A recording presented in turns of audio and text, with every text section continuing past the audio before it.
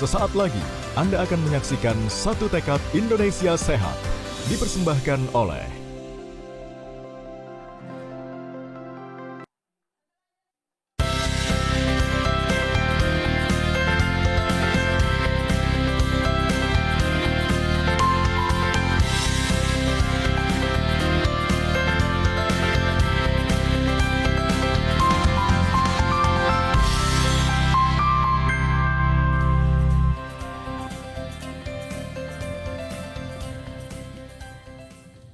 Halo pemirsa Kompas TV dimanapun Anda berada. Senang sekali rasanya saya Timothy Marbun bisa menjumpai Anda di talk show Satu Tekad Indonesia Sehat. Pada kesempatan ini kita akan membahas tema bersama berkolaborasi mencegah pandemi di masa depan. Dalam upaya mitigasi ancaman zoonosis dan pandemi melalui kolaborasi lintas sektor untuk mewujudkan Indonesia yang lebih sehat. Nah, selama 1 jam mendatang kita akan membahasnya bersama narasumber dari perwakilan Kementerian, Koordinator Bidang Pembangunan Manusia dan Kebudayaan, Organisasi Pangan dan Pertanian Perserikatan Bangsa-Bangsa atau FAO, serta Sekretaris Daerah Kabupaten Boyolali, Jawa Tengah. Adapun acara ini didukung oleh Badan Pembangunan Internasional Amerika Serikat atau USAID.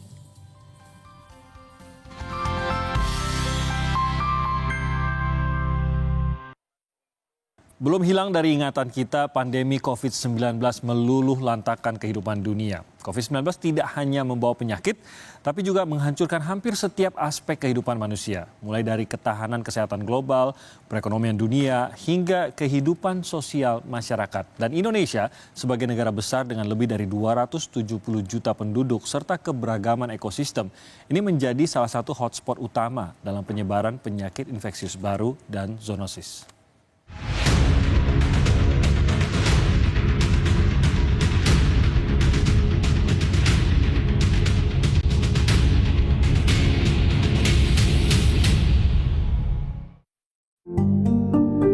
Pada akhir tahun 2019, masyarakat dunia dikejutkan dengan munculnya wabah penyakit COVID-19. Pandemi COVID-19 menyebar di hampir seluruh negara sehingga mengancam ketahanan kesehatan masyarakat global. Tak hanya mengancam nyawa manusia, pandemi COVID-19 juga berdampak pada hampir setiap aspek kehidupan, tidak hanya kesehatan tapi juga aspek ekonomi, mata pencaharian dan kehidupan sosial. Menurut data dari Organisasi Kesehatan Dunia WHO, COVID-19 telah menyebabkan lebih dari 6,9 juta kematian di seluruh dunia. Pandemi COVID-19 menjadi pengingat tentang ancaman penyakit yang nyata dan juga serius, dan memiliki dampak yang luas dan kompleks. Kesehatan pada dasarnya saling terkait antara manusia, hewan, dan lingkungan. Indonesia sebagai negara kepulauan dengan lebih dari 270 juta penduduk dan keragaman ekosistem yang luas menjadi salah satu hotspot dalam penyebaran penyakit infeksius baru dan zoonosis. Zoonosis adalah penyakit yang menular dari hewan ke manusia ataupun sebaliknya yang dapat menular melalui kontak langsung dengan hewan. Produk berasal dari hewan atau vektor seperti serangga. Beberapa penyakit zoonosis prioritas di Indonesia adalah virus influenza yang bersifat zoonosis, yaitu flu burung, rabies, antraks, virus corona yang bersifat zoonosis seperti penyakit MERS-CoV, COVID-19, zoonotik tuberkulosis, dan leptospirosis. Upaya antisipasi dan penanggulangan ancaman penyakit zoonosis dan penyakit infeksius baru dilakukan dengan pendekatan One Health. Pendekatan One Health menjadi kunci utama dalam memperkuat sistem kesehatan dengan mengedepankan komunikasi, koordinasi, dan kolaborasi antara sektor kesehatan manusia, kesehatan hewan, lingkungan, dan sektor terkait lainnya. Pendekatan terpadu yang mengedepankan sinergi lintas sektor ini bertujuan untuk melindungi kesehatan secara menyeluruh dan berkelanjutan. Selama 2 dekade terakhir, One Health telah berkembang pesat untuk menangani permasalahan terkait hubungan antara manusia, hewan, dan lingkungan. Nah, ini penting sehingga kita akan bicarakan bersama para ahlinya. Sudah bersama saya pada hari ini ada Dr. Nancy Dian Anggraini M.Epit, Asisten Deputi Pengendalian dan Penanggulangan Penyakit dari Kementerian Koordinator Bidang Pembangunan Manusia dan Kebudayaan. Dan juga sudah hadir bersama kita Dr. Hewan Farida Kamalia Zainal MSc, Country National Veterinary Advisor dari FAO Ektat Indonesia. Dan juga ada Dr. Anda Wiwis Trisiwi Handayani MM, yaitu Sekretaris Daerah Kabupaten Boyolali. Kita ingin tahu dulu, saya mungkin ke Dr. Nancy dulu, mengenai zoonosis. Tadi saya sempat menyebut-nyebut di zoonosis. Mungkin yang di rumah agak bingung, apa itu zoonosis gitu. Padahal tadi sudah digambarkan, ini penting sekali untuk kita pahami dan bagaimana kita bisa memitigasinya. Apa itu zoonosis? Ya, baik. Terima kasih Mas Tim. Saya mau cerita dulu ya sebelum ngomong tentang zoonosis. Jadi sebenarnya manusia itu hidup di dalam satu kesatuan ekosistem. Satuan ekosistem itu ada manusia, ada hewan, ada satwa liar, dan lingkungan yang menopang semua kehidupan. Nah ini semuanya dalam satu kesatuan ini ada interaksi yang saling berpengaruh. Dan ini bisa menyebabkan efek-efek yang baik itu baik ataupun mungkin bisa berdampak yang lebih kurang baik. Nah terkait tadi zoonosis. Zoonosis itu sebenarnya adalah penyakit-penyakit yang ditularkan dari hewan ke manusia atau sebaliknya. Nah itu kenapa dia bisa terjadi? Karena ada interaksi, keterkaitan tadi yang saya sampaikan dalam satu ekosistem itu. Jadi ada hubungan yang erat, dekat. Hidup bersama soalnya di bumi gitu ya. Dalam satu kesatuan dia bisa terjadi tertular penyakit dari hewan karena dia bisa mungkin berhubungan secara langsung, direct penularan dengan hewan. Sehari-hari dia misalnya memelihara hewan, entah itu di rumah ya, hewan domestik kayak kita pelihara kucing, anjing gitu ya di rumah. Terus tapi juga bisa juga karena kita misalnya beternak, unggas, seperti sapi apa kambing gitu ya. Nah terus bisa juga karena yang sifatnya indirect, yang tidak langsung. Misalnya pada saat banjir ya, banjir itu kadang-kadang kita kan kena air ya. Air. Nah itu ternyata hewan ada seperti tikus gitu. Kalau kita ternyata kita punya luka-luka kecil gitu di kaki. Nah itu masuk itu bakteri atau parasit yang ada dari urinnya yang tikus tadi. Yang saya ingin tanya itu tadi saya sempat menyebut mengenai pandemi COVID-19. Karena siapa sih yang nggak ingat gitu ya beberapa tahun yang lalu kita sampai berubah hidup kita gitu Bu. Nah COVID-19 itu termasuk zoonosis? Iya. Oh, Iya. Dulu itu dari berdasarkan informasi yang dari global yang kita tahu bahwa itu kan mulanya di Wuhan ya, China ya. Nah itu mulanya dari pasar yang memang memperdagangkan hewan-hewan satwa liar. Iya, satwa liar ya. Satwa liar seperti itu yang untuk dikonsumsi. Kalau sampai bisa jadi pandemi itu gimana tuh? Kalau pandemi itu terjadi karena penularannya ini terjadi dengan cepat. Biasanya itu adalah penyakit yang menularnya lewat saluran pernafasan. Dan umumnya itu juga adalah penyakit-penyakit yang memang karena ini sifatnya masih baru ya. Jadi sifatnya masih baru, jadi dia belum ada obatnya, belum ada cara-cara untuk pengobatannya, dan belum ada juga cara pencegahannya. Sehingga dia menularnya cepat dan bisa sampai ke beberapa negara dalam waktu cepat. Jadi sebelum bisa diatasi, sudah keburu menular. Kayak kemarin yang kita alami waktu COVID kan seperti itu. Vaksinnya baru ketemunya setelah sekian bulan. Setelah itu pun juga sesudah dikebut banget itu. Dikebut gitu untuk supaya itu bisa dapat vaksin yang benar-benar yang cukup optimal gitu untuk mencegah terjadinya COVID-19. Walaupun mungkin dia tidak seperti vaksin yang sehari-hari yang sudah tradisional kita pakai ya, efikasinya yang sudah bagus gitu ya. Nah ini kan paling tidak mencapai 70% aja gitu ya, waktu itu sudah langsung dipakai semuanya. Kalau di Indonesia, tadi saya baru bisa mengambil contoh COVID-19, tapi sebenarnya apa sih penyakit zoonosis lainnya yang sebenarnya sudah pernah kita lihat juga di Indonesia? Mungkin nggak sampai ke tingkat pandemi ya, tapi ada di Indonesia. Ya. Di Indonesia itu ada beberapa penyakit zoonosis ya. Tapi yang penyakit zoonosis yang sekarang kita kebetulan sudah bersama-sama lintas kementerian kita sepakati untuk kita lakukan koordinasi untuk pengentasannya dan kemudian juga upaya untuk mendeteksi dininya gitu.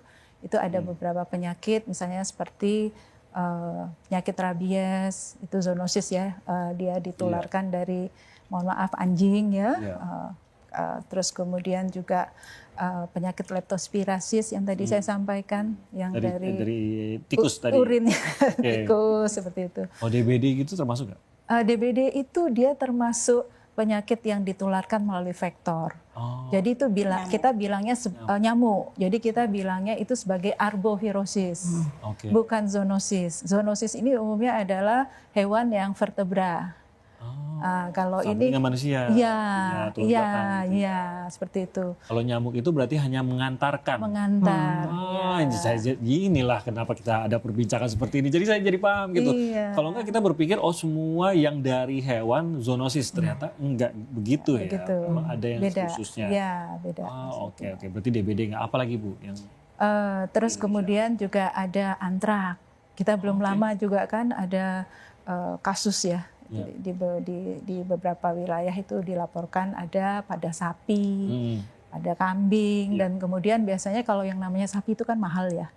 Kalau terkena penyakit terus kemudian manusianya nggak mau rugi, biasanya setelah dipotong dibagi-bagi, konsumsi ke tetangga gitu, malah akhirnya kena ke manusianya ikut sakit juga.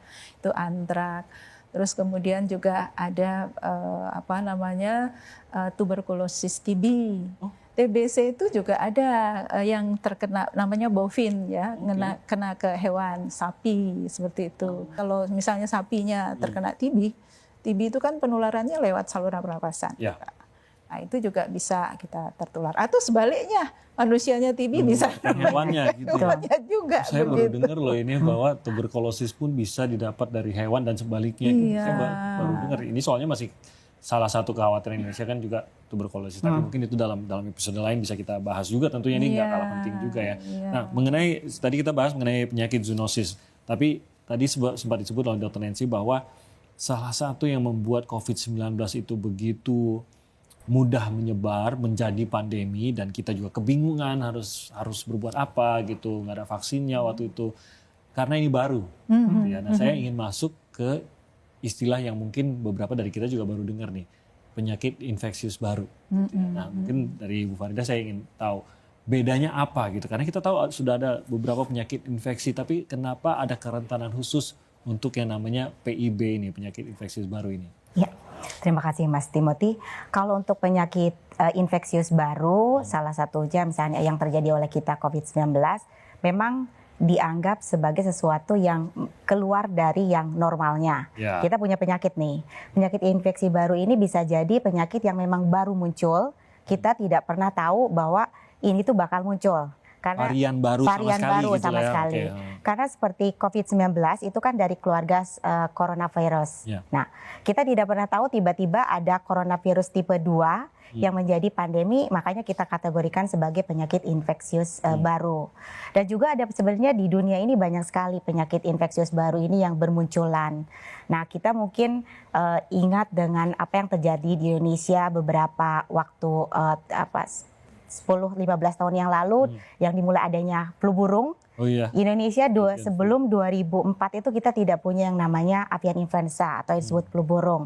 Nah, pada saat itu karena masuk itu menjadi yang kita sebut penyakit infeksius baru. Apa sih sebenarnya yang membedakan penyakit infeksius baru dengan penyakit infeksius? Apakah hanya kebaruannya saja atau memang ada keganasan yang berbeda atau apa sebenarnya? Ya, bisa karena kebaruan. Jadi dia baru aja gitu ya. Baru aja. Atau bisa karena dia keganasannya jadi berubah. Yang tadi H5N1 berubah menjadi variannya ada berbeda-beda. Nah, bisa jadi kita sebut lagi penyakit infeksius baru. Padahal kok kita punya nih avian influenza atau flu burung H5N1. Kok kenapa ada muncul lagi jadi penyakit infeksius baru? Mungkin variannya yang berbeda. Ya. Atau misalkan dia yang dulunya mungkin pernah ada tapi sudah terkontrol, misalkan yang sudah dikendalikan, tapi tiba-tiba muncul lagi karena mungkin ada perubahan lingkungan, mobilitas manusia yang menjadi semakin tinggi, sehingga itu memicu munculnya penyakit infeksius baru ini. Padahal dulu sudah hilang sudah lah mungkin gitu ya. hilang, tapi bisa juga muncul kembali. Itu bisa masuk kategori penyakit infeksius baru lagi? Betul, bisa. Kalau makanya disebut re-emerging biasanya disebutnya. Saya ingin tahu ancaman penyakit infeksius baru menjadi sebuah pandemi lagi di depan itu ada kemungkinan nggak? Tentu saja. Ada Ya, sebenarnya. semua penyakit yang namanya penyakit infeksius memiliki satu ancaman yang sama. Dia akan berubah, berubah itu berubah menjadi ke arah yang lebih baik atau menjadi lebih buruk. Itu tergantung dari banyak faktor. Salah satunya perubahan iklim, perubahan lingkungan, mobilitas manusia, bahkan karena mungkin dari penyakitnya itu sendiri yang berupaya beradaptasi terhadap perubahan-perubahan tersebut yang bisa menimbulkan menjadi sesuatu yang berbeda, yang cenderung lebih ganas, lebih berbahaya. Nah, sehingga berpotensi menjadi pandemi seperti itu. Kita stop dulu di situ, Bu.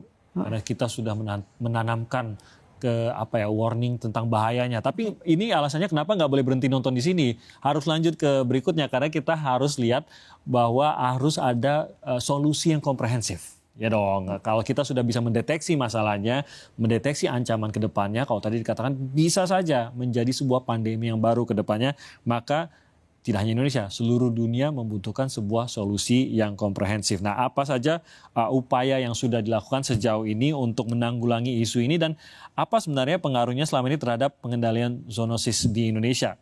Jawabannya setelah jeda yang satu ini. Tetap bersama kita.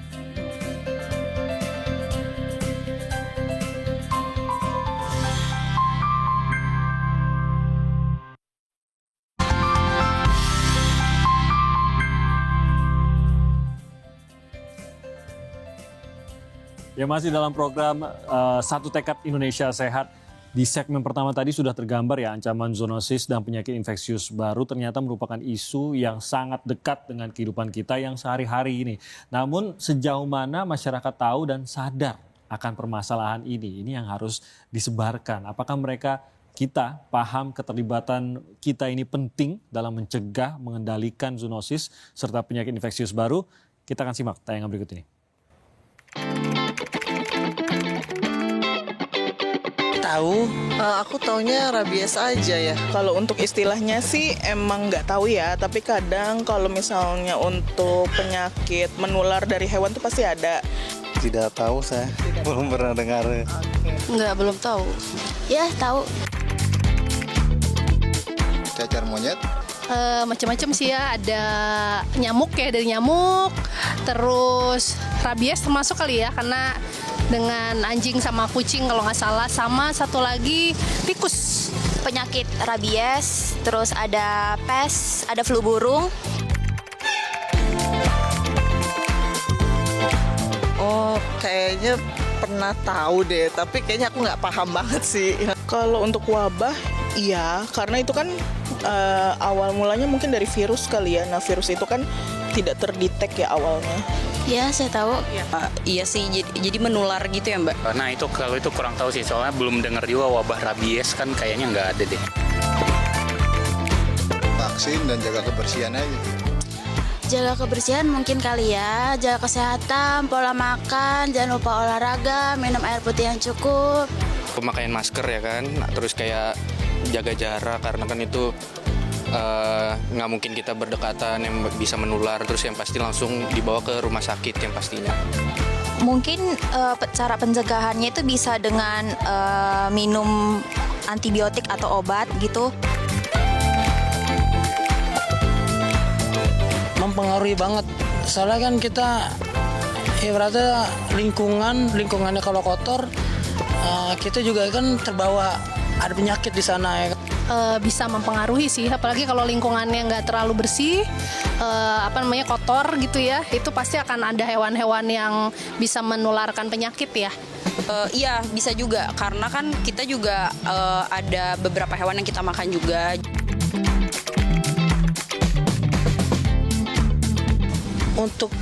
Untuk masyarakat ya, saya pikir dengan cara sederhana ya dulu dah, kita menjaga lingkungan dulu. Untuk mencegahnya kurang tahu sih Mbak apa.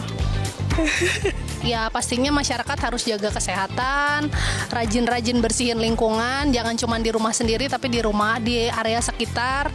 Mungkin dengan vaksin. Kayaknya ini ya masyarakat kita juga masih belum banyak tahu soal hal itu ya, jadi kayaknya edukasi dulu deh. Nah itu tadi kita saksikan bersama dalam tayangan tadi. Faktanya memang masih banyak masyarakat yang belum paham apa itu zoonosis dan penyakit infeksius baru ini.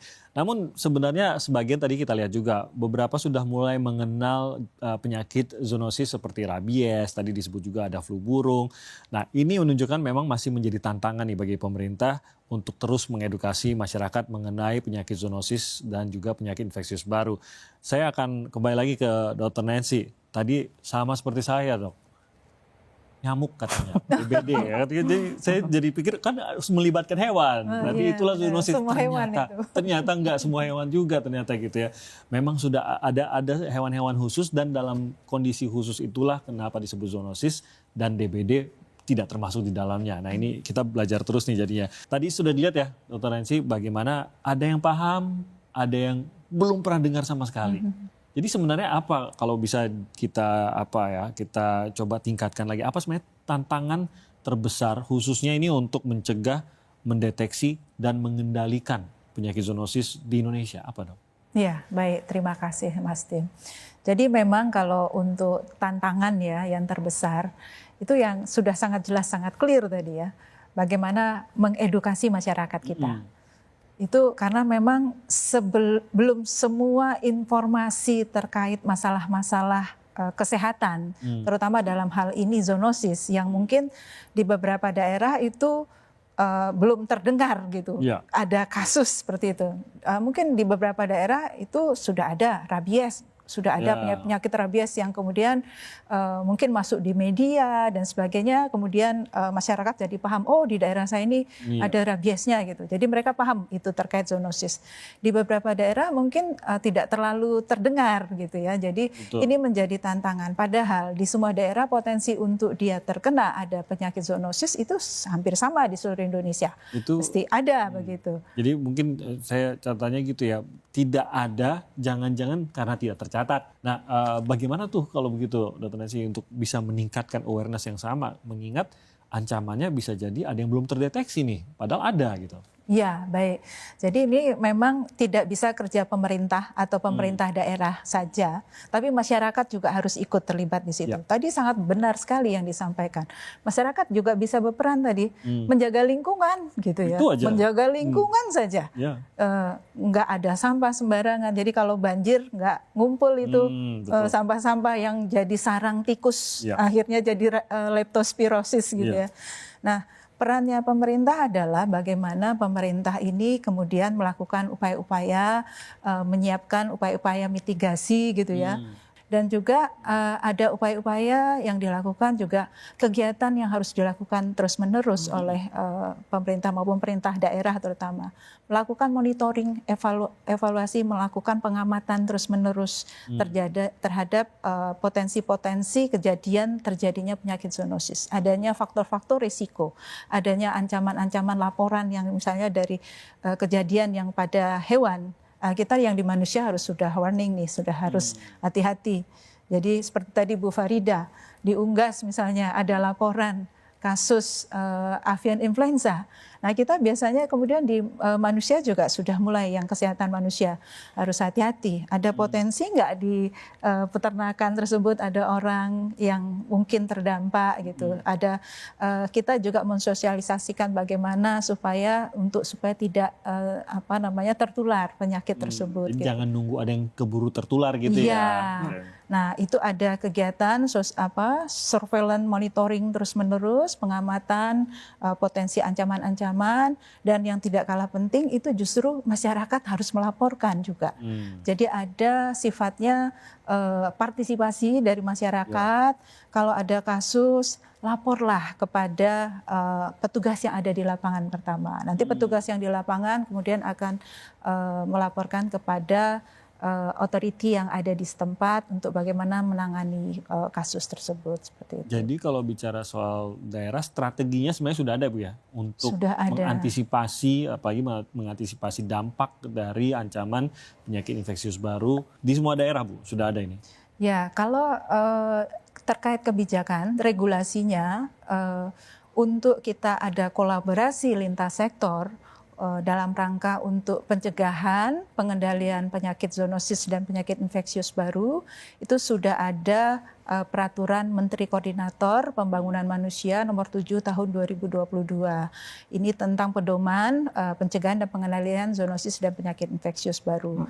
Yang di dalamnya ini memang ada selain regulasi, ada pedoman-pedoman yang terlampir yang bisa menjadi acuan bagi pemerintah daerah. Bagaimana melakukan upaya yang kolaborasi lintas sektor. Jadi tidak sektoral saja, tidak hanya kesehatan manusia saja atau kesehatan hewan saja gitu, tapi atau satwa liar gitu, karena potensi dari satwa liar juga sangat tinggi untuk terjadi loncatan penyakit, patogen penyakit kepada manusia.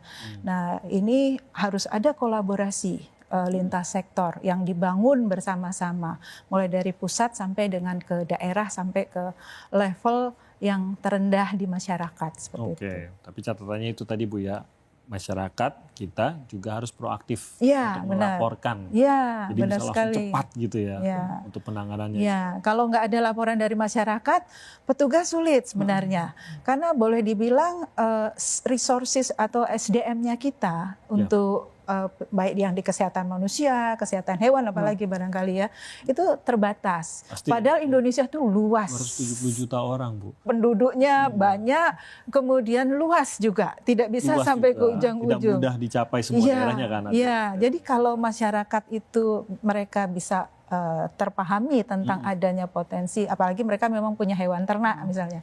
Nah itu kalau ada kasus, mereka kemudian segera melapor gitu ya ke petugas di lapangan dan petugas lapangan langsung antisipasi, itu kita bisa cegah adanya potensi KLB atau wabah penyakit yang bersumber dari zoonosis. Jangan lupa loh tadi katanya ada kemungkinan kalau memang bisa menjadi pandemi. Jadi disitulah kuncinya juga kita mencegah sedini mungkin. Benar sekali. Salah satunya dengan melaporkan sesegera mungkin. Nah ini catatan buat kita masyarakat juga karena kita harus terlibat juga dalam pelaporan ini untuk melindungi kita juga. Nah saya mau ke Ibu Farida.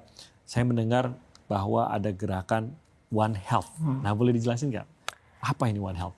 Kalau secara implementatif, semua yang disampaikan oleh Bu Nancy tadi itu merupakan penjabaran dari One Health. Tapi secara definisi, One Health itu adalah upaya kolaboratif yang melibatkan lintas sektor, multidisiplin, baik dari sektor kesehatan manusia, kesehatan hewan, dan kesehatan lingkungan, untuk menghadapi ancaman kesehatan bersama, baik di tingkat lokal, nasional, maupun global.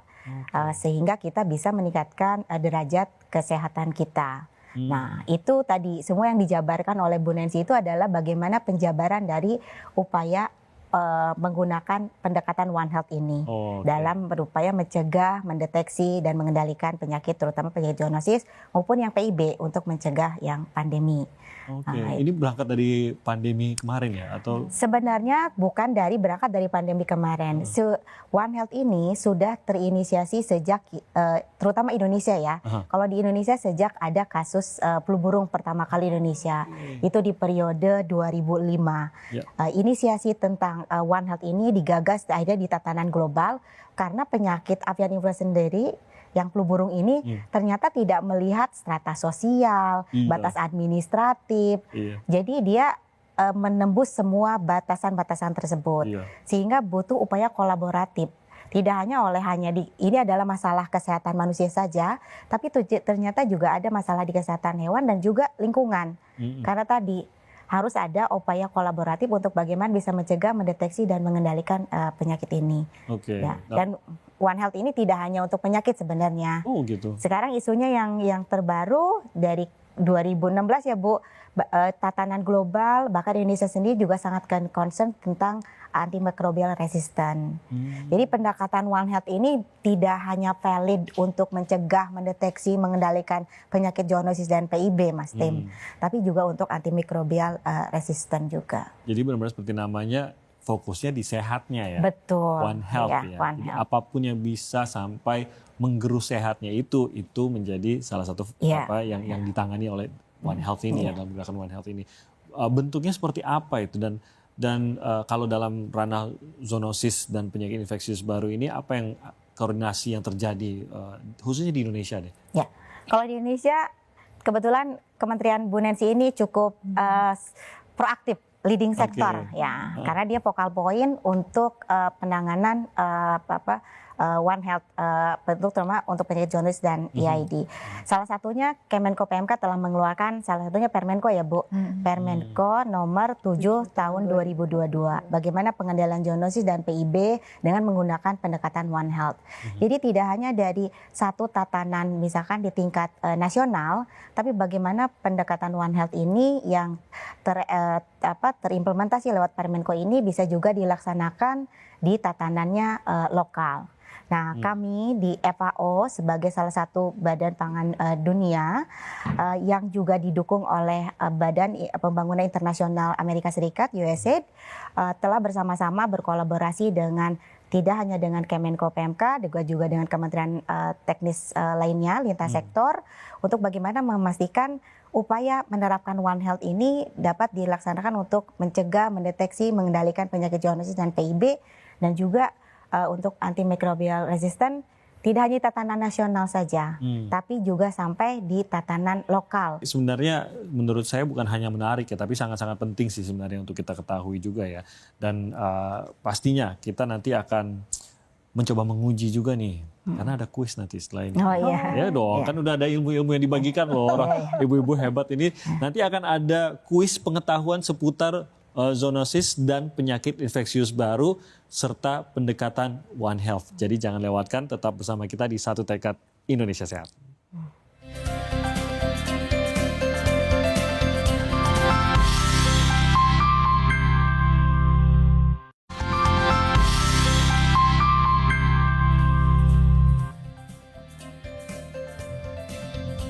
Kembali lagi di Satu Tekad Indonesia Sehat. Kolaborasi dan komitmen bersama semua pihak termasuk masyarakat ini sangatlah diperlukan untuk mencegah dan menangani zoonosis serta penyakit infeksius baru.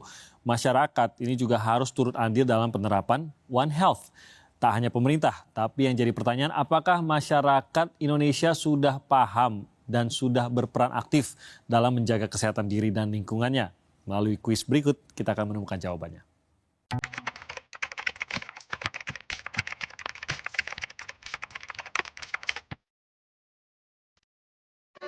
Benar.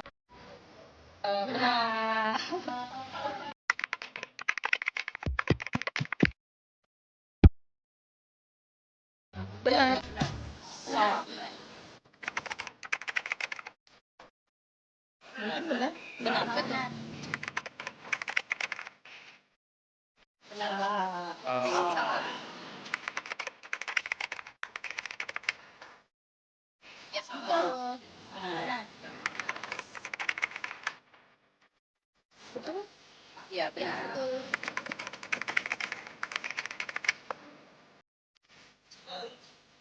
Salah. Salah. Salah. Salah. Salah. Salah.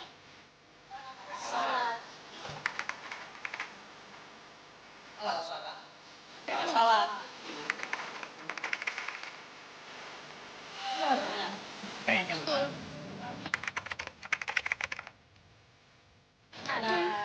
Ya, sepertinya benar. Betul. Benar. Benar.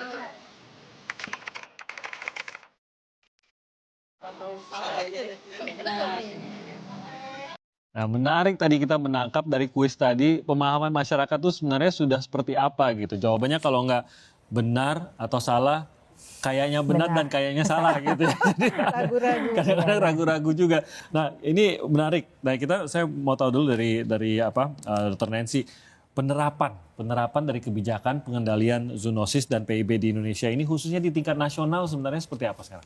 Ya, baik. Terima kasih, Mas Tim. Jadi kalau di tingkat nasional, karena memang tugasnya pemerintah pusat itu bagaimana menyiapkan kebijakan, dan kemudian kebijakan itu dilakukan oleh teman-teman di daerah yang dibantu, didampingi oleh pusat, yang dikawal oleh teman-teman pusat. Yang paling inti sebenarnya terkait zoonosis atau PIB, penyakit infeksius baru, bagaimana kita mencegah supaya penyakit ini tidak menjadi KLB atau wabah. bahkan menjadi pandemi. Itu yang harus kita lakukan di tingkat pusat maupun tingkat daerah. Tadi sudah dikatakan bahwa dalam tingkat nasional kan sudah ada tuh koordinasi dan juga perencanaan, pembangunan strateginya. Tentunya ini mungkin bisa paling terlihat di tingkat daerah. Nah, boleh cerita Bu, di Boyolali seperti apa nih? Jadi terkait dengan Kabupaten Boyolali, sudah tahu Boyolali? Tahu dong Bu, Boyolali. Itu salah satu kota kecil yang berada di Jawa Tengah, berada di lereng Gunung Merapi Merbabu. Ya. Jadi sana juga ada monyet ekor panjang. Keanekaragaman hayati luar biasa. Ibu bisa aja nih langsung nyelipin ini promosi pariwisata juga. Betul, Jadi pengen ke Boyolali. Iya benar. Kemudian di sisi yang lain itu juga pernah juga terjadi KLB, Bu. Iya, Oh, ya. betul. Ya. Jadi pernah flu burung tahun 2005, itu juga 2006, Boyolali iya. kena juga. Kalau flu burung, kemudian antraks, rabies, ya ini memang dalam penjagaan kita. Terkait dengan penerapan, tadi Ibu sudah luar biasa, ada tim ya Bu dari tingkat nasional. Kita pun juga merespon baik Ibu. Di Kabupaten Boyolali, alhamdulillah terima kasih ini dari FAO sudah ada pendampingan. Sejak 2016, ya. Boyolali satu-satunya di tingkat Jawa Tengah yang jadi pilot project. Betul, ya. Wow. Matur nuwun, iya. Dan itu masih berlanjut sampai sekarang Ibu. Amin. Amin ya. Terima kasih dengan juga donor dari USAID. Iya, USAID. Bahwa dalam satu rangkaiannya tentu saja di 2016 ini memang ada satu tahapan yang saat itu terkait dengan zoonosis dan juga PIB ini, itu berbicaranya adalah masih dalam posisi sektor per sektor. Berbicara tentang pelatihan di kesehatan masyarakat, kemudian di kesehatan hewan, dan juga tak lupa juga kesehatan untuk satwa liar. Demikian. Karena memang di Boyolali ada itu. Kemudian dalam perkembangannya di 2017, melangkahlah untuk yang lebih baik itu dengan bagaimana kita mengkolaborasikan tiga sektor itu di 2017. Dengan berpikir bahwa dari tim kami di surveillance yang terpadu di situ, kemudian berbicara untuk tiga sektor ini, mari kita mengkolaborasi.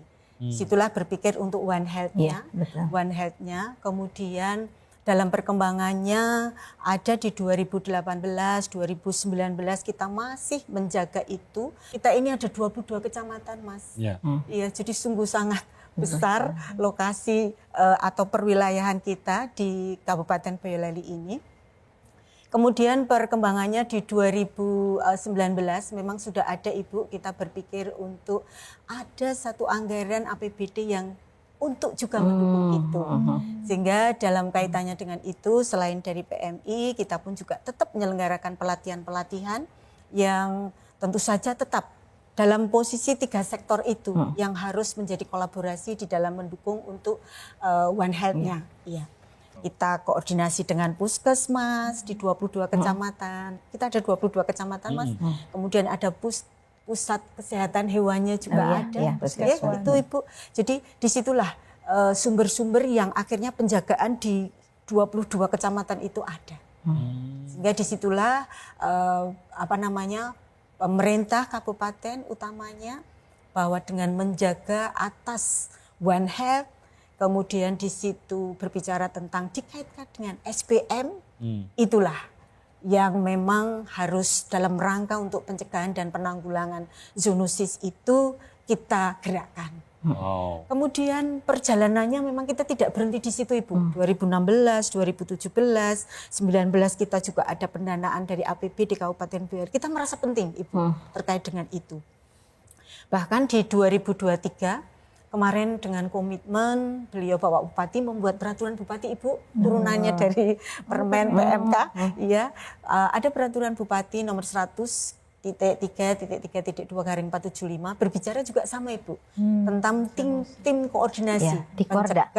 Tikorda, tim koordinasi, Tikorda untuk pencegahan, penanggulangan zoonosis dan juga PIB. Oh, jadi khusus Ya, untuk zoonosis khusus PIB itu ya? di Kabupaten Boyolali kemarin sudah terbentuk di tahun 2023. Jadi komponen-komponen yang ada di dalam Perbub itu juga lintas sektor. Sudah dari Dinas Kesehatan, Dinas Peternakan, kemudian dari DLH, kaitannya dengan nantinya bicara tentang, kalau tadi sudah saya mendengarkan juga tuh, leptospirosis ya. Boyolali juga pernah Ibu ada kejadian seperti itu. Tapi itu pun menjadi satu ruang kita sebagai bahan evaluasi kita bahwa kegiatan atas Perbub terkait dengan Tikorda ini adalah sangat penting. Nah, jadi pertanyaan saya berikutnya begini Bu Wis, kalau memang masyarakat mau lebih terlibat, selain menjaga kebersihan lingkungannya tadi seperti yang ini juga penting, tapi mau melaporkan, mungkin bingung gitu Bu, mau melaporkannya gimana, ada kejadian, ada temuan apa, melaporkannya itu gimana, kalau di Boyolali seperti apa Bu? Ya, jadi untuk sistem pelaporan apabila terjadi di situ dijumpai ada apa Bu istilahnya, gejala penyakit zoonosis, itu di tingkat yang paling bawah pun, utamanya di puskesmas, itu ada satu sistem aplikasi. Oh, lewat aplikasi? Iya, aplikasi yang itu memang kemarin juga sudah disiapkan dan saat ini sudah dikelola di Pusdatin PMK, dan itu kita manfaatkan untuk kecepatan dalam kita berpikir untuk segera ini diatasi, direspon. ZISE namanya, Sistem Informasi Zoonosis dan Penyakit Emerging. Oh, Sistem Informasi Zoonosis dan Penyakit Emerging. Iya. Sehingga disitulah satu ruang kalau dari tim kesehatan hewan ya, pada saat berbicara dijumpai ada gejala ataupun indikasi, itu akhirnya cepat untuk menggunakan aplikasi itu, sehingga kecepatan atas respon sampai ke tingkat pusat pun juga bisa langsung dilakukan. Tadi kalau kita sudah menekankan harus cepat untuk mencegah dampak yang lebih besar. Sehingga teknologi seperti ini juga dibutuhkan dan dengan mudah gitu ya, bisa disebarkan sampai ke level paling bawah begitu, atau masyarakat sudah dirasakan sendiri oleh Boyolali. Tadi sangat membantu gitu Bu ya. Aplikasi ini ya. Oke. Mau ditambahkan Bu, karena kita mau tahu dari tingkat nasionalnya juga nih pelaksananya. SIZO itu sebenarnya dikembangkan, dasarnya adalah bagaimana komunikasi itu bisa terjalin mulai di level bawah. Level grassroots, artinya misalnya dalam hal ini ada di level puskesmas. Puskesmas itu bisa komunikasi dengan puskeswannya, terus BKSDA yang ada terkait dengan satwa liar. Jadi kalau misalnya ini tadi Bu Sekda sampaikan bahwa ada gigitan hewan pembawa rabies gitu, ditemukan misalnya di kasusnya ada di hewan, ya itu teman-teman yang di satwa liar pun juga harus hati-hati, karena tadi kalau nggak salah bilang ada hewan makaka, hewan ekor ekor panjang satwa liar yang itu juga bisa bawa rabies gitu. Jadi mereka juga harus waspada di situ, dan masyarakat di sekitarnya juga harus hati-hati.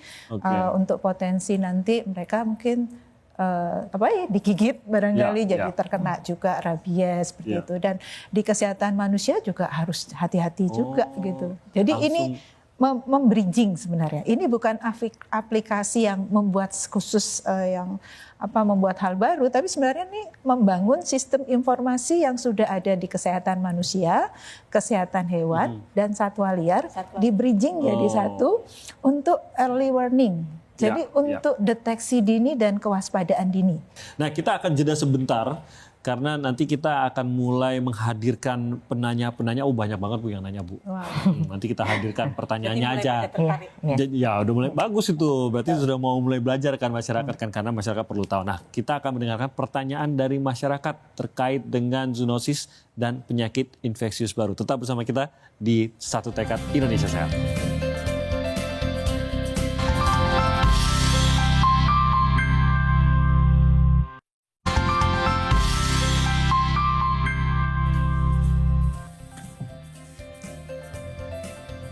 Ya, dalam perbincangan dari tadi ini memang terasa betul dan terlihat betul bahwa masyarakat ini berperan penting dalam pencegahan dan pengendalian penyakit yang dapat diwujudkan dalam kehidupan kita sehari-hari. Namun pengaruh budaya dan tradisi ini juga turut mempengaruhi cara pandang masyarakat terkait penyakit seperti zoonosis dan PIB.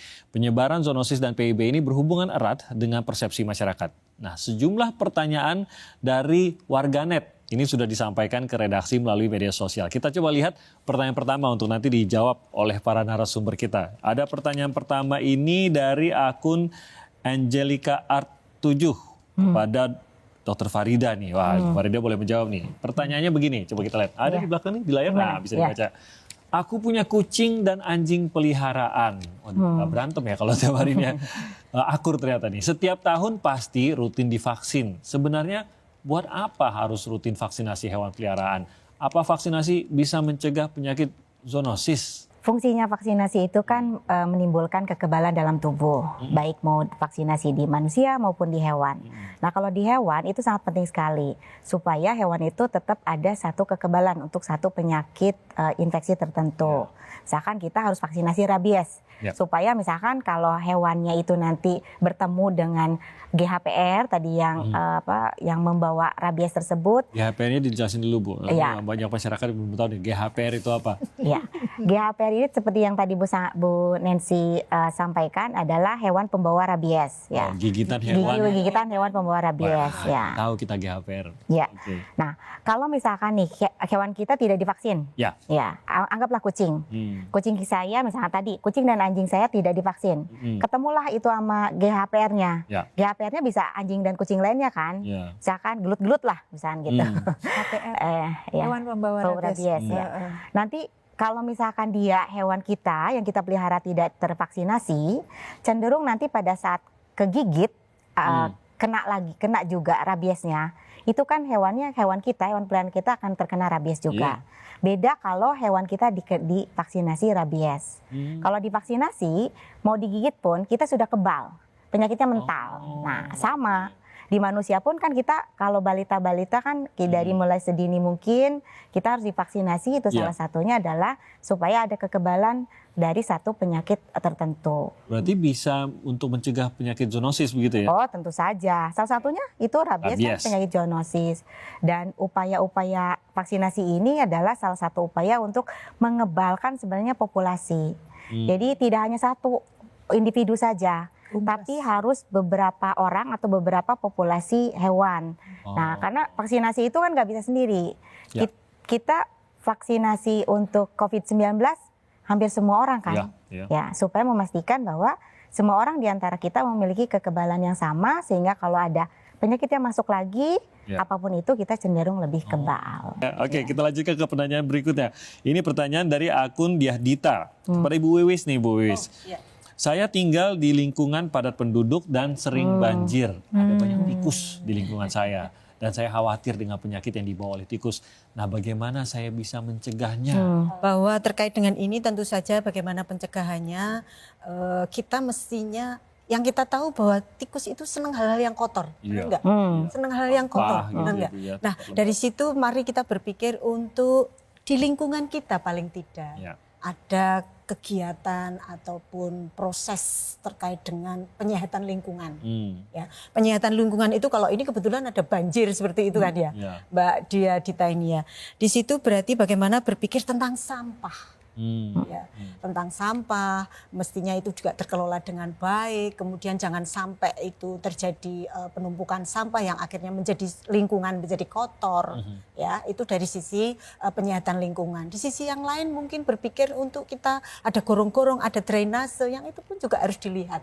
Dari sisi infrastruktur berpikir untuk penyehatan lingkungan itu selain untuk pengelolaan sampah juga bagaimana terkait dengan kita punya lingkungan infrastruktur kita yang sehat. Oke, itu menjawab tadi. Memang perlu perhatian khusus juga. Kita ke pertanyaan berikutnya. Pertanyaan selanjutnya ini sepertinya untuk Ibu Farida nih. Ini dari Devi Vera. Nah, rumah saya di lereng Gunung Prau.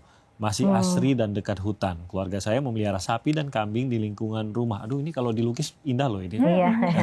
Kami juga tinggal berdekatan dengan satwa liar. Bagaimana peran satwa liar dalam ancaman zoonosis? Nah, tadi Yang pertama kan kucing dan anjing peliharaan. Iya. Kalau satwa liar gimana tuh? Mbak Devi, ini kan di lingkungan yang berdekatan dengan satwa liar. Tentunya satwa liar itu kita harus biarkan di habitatnya. Ya. Kita tidak boleh ibaratnya mengganggu apa yang menjadi kehidupan normalnya si satwa liar. Ya. Nah, karena bagaimanapun apabila ada kontak, kita memiliki satu kontak yang cukup intens dari satwa liar yang seharusnya ada di habitatnya dengan peliharaan kita, itu yang memunculkan kemungkinan ada munculnya penyakit. Ya. Salah satunya penyakit zoonosis. Karena dari satu hewan domestik ke hewan liar itu bisa sama-sama saling berpindah. Jadi usahakan untuk tidak mengganggu yang namanya satwa liar tersebut dan juga menjaga peliharaan kita untuk kalau bisa itu dikandangkan. Ya, sehingga mengurangi intensitas kontak dengan satwa liar. Karena kan rumahnya berdekatan nih katanya ya. Ya jangan mainnya jauh-jauh gitu. Jangan main ke rumah yang si satwa liar tersebut. Hewan peliharaan yang kita punya dikandangkan saja dan kita tidak berupaya untuk bisa mengganggu habitat dari satwa liar tersebut. Oke, jadi selama bisa mengendalikan interaksi antara hewan peliharaan dengan satwa liarnya itu, ini sebenarnya bisa menjadi pengaman untuk tidak terjadinya penularan penyakit zoonosis antara hewan kita dengan satwa liar itu ya. Juga dengan kita kalau ada penyakit dengan satwa liar tersebut. Kan tadi zoonosis kan dari hewan ke manusia atau manusia ke hewan. Hewannya bisa hewan domestik maupun yang satwa liar. Ya, betul. Jadi biar tidak malah memperburuk penularan dan penyebarannya. Oke, itu tadi memang harus diperhatikan dan vaksin juga ya Bu. Ya, hewannya harus divaksin dong. Ya. Betul, jadi apa yang bisa dilakukan ya tetap harus dilakukan seperti vaksinasi ya. Kalau satwa liarnya semua kita vaksin juga nggak mungkin gitu ya. Tapi paling tidak apa yang bisa kita lakukan gitu ya, harus tetap dilakukan, itu harus menjadi catatan juga. Nah, ada juga pertanyaan lainnya nih Bu, ini untuk Bu Nancy juga nih, tapi bentuknya beda nih. Dan dari netizen lewat tulisan tadi tapi lewat video, boleh ya kita tonton ya videonya, ini pertanyaannya kita simak dulu. Perkenalkan, nama saya Dila Raihan, saya dari Kabupaten Tangerang. Pandemi COVID-19 kemarin bisa dibilang mengganggu kehidupan. Dari mulai kesehatan, belum lagi juga berpengaruh pada pendidikan saya.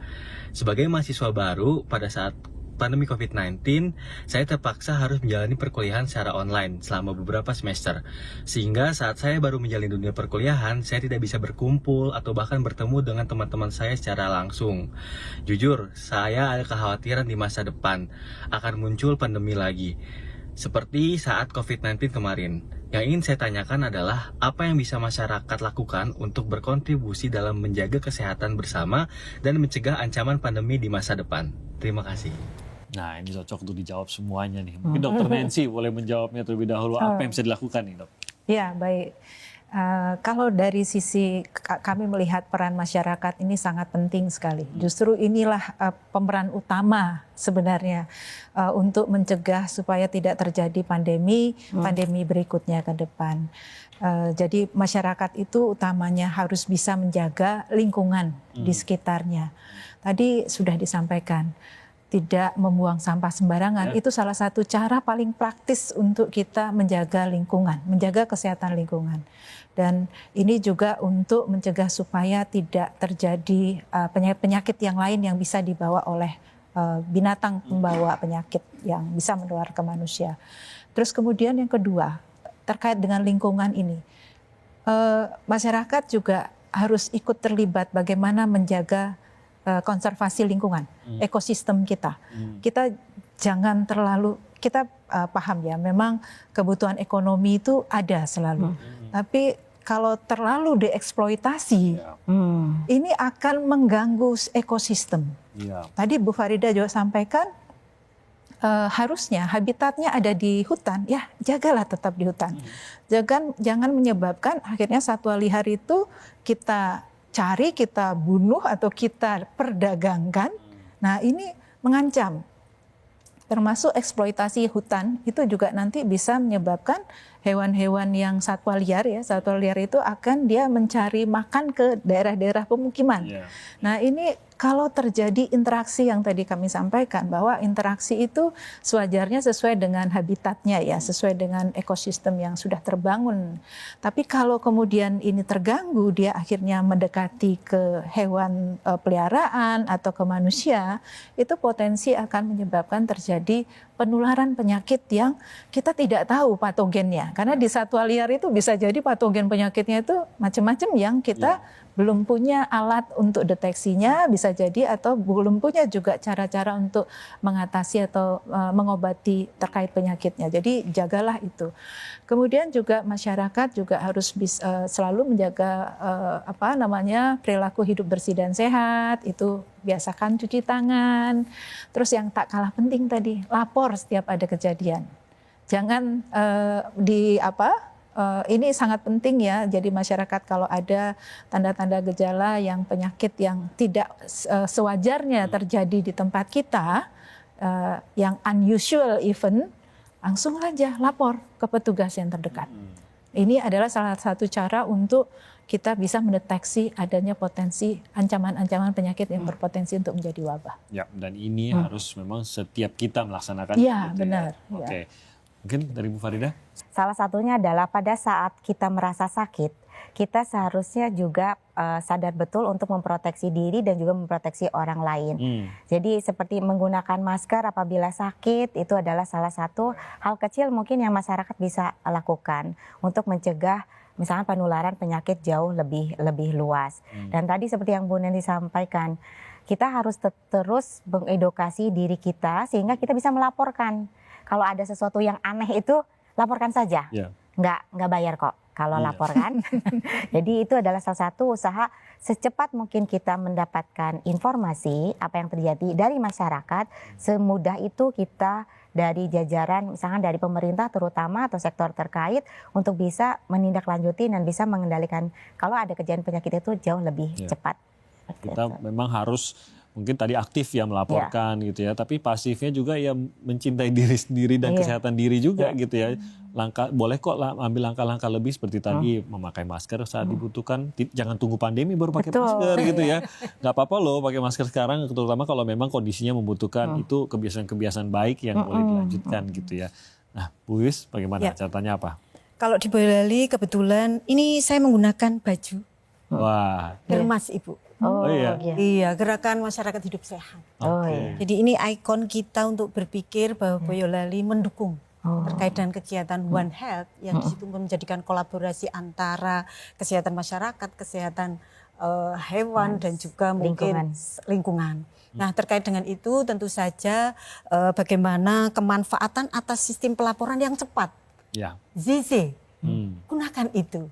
Kalau kebetulan dalam kesempatan yang pertama masyarakat terjadi sesuatu ke yang terdekat, ada puskesmas, ada puskeswan, itu sudah sudah satu gerakan One Health yang memang kalau di Boyolali kebetulan sudah menjadi jadi satu program rutin ada di Perbubnya tadi Ibu, bahwa di situ ada unit Pokja reaksi cepat saat berbicara ada kejadian.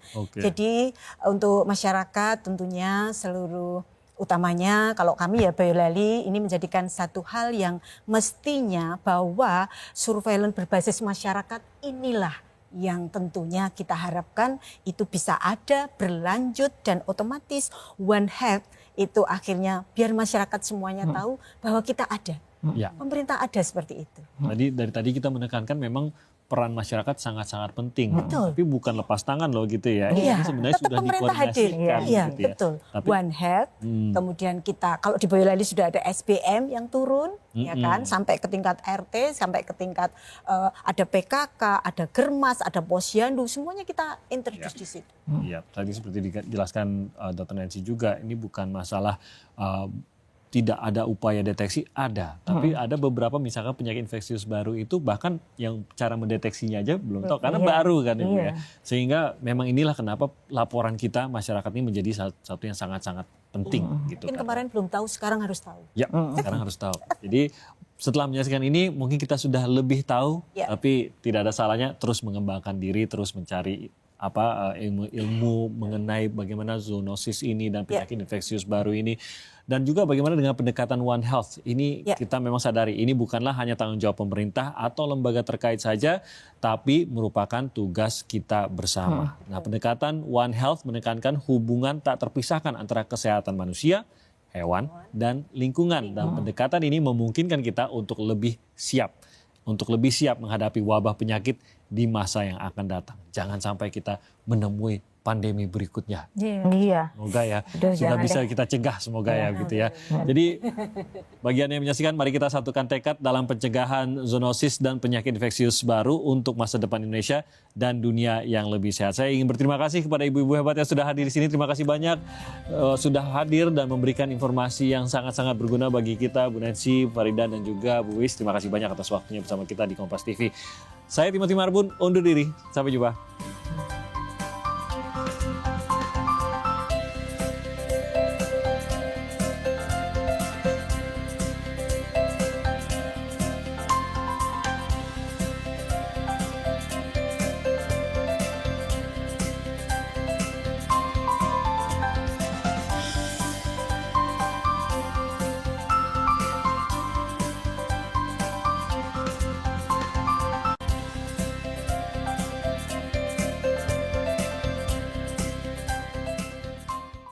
Terima kasih Anda telah menyaksikan Satu Tekad Indonesia Sehat.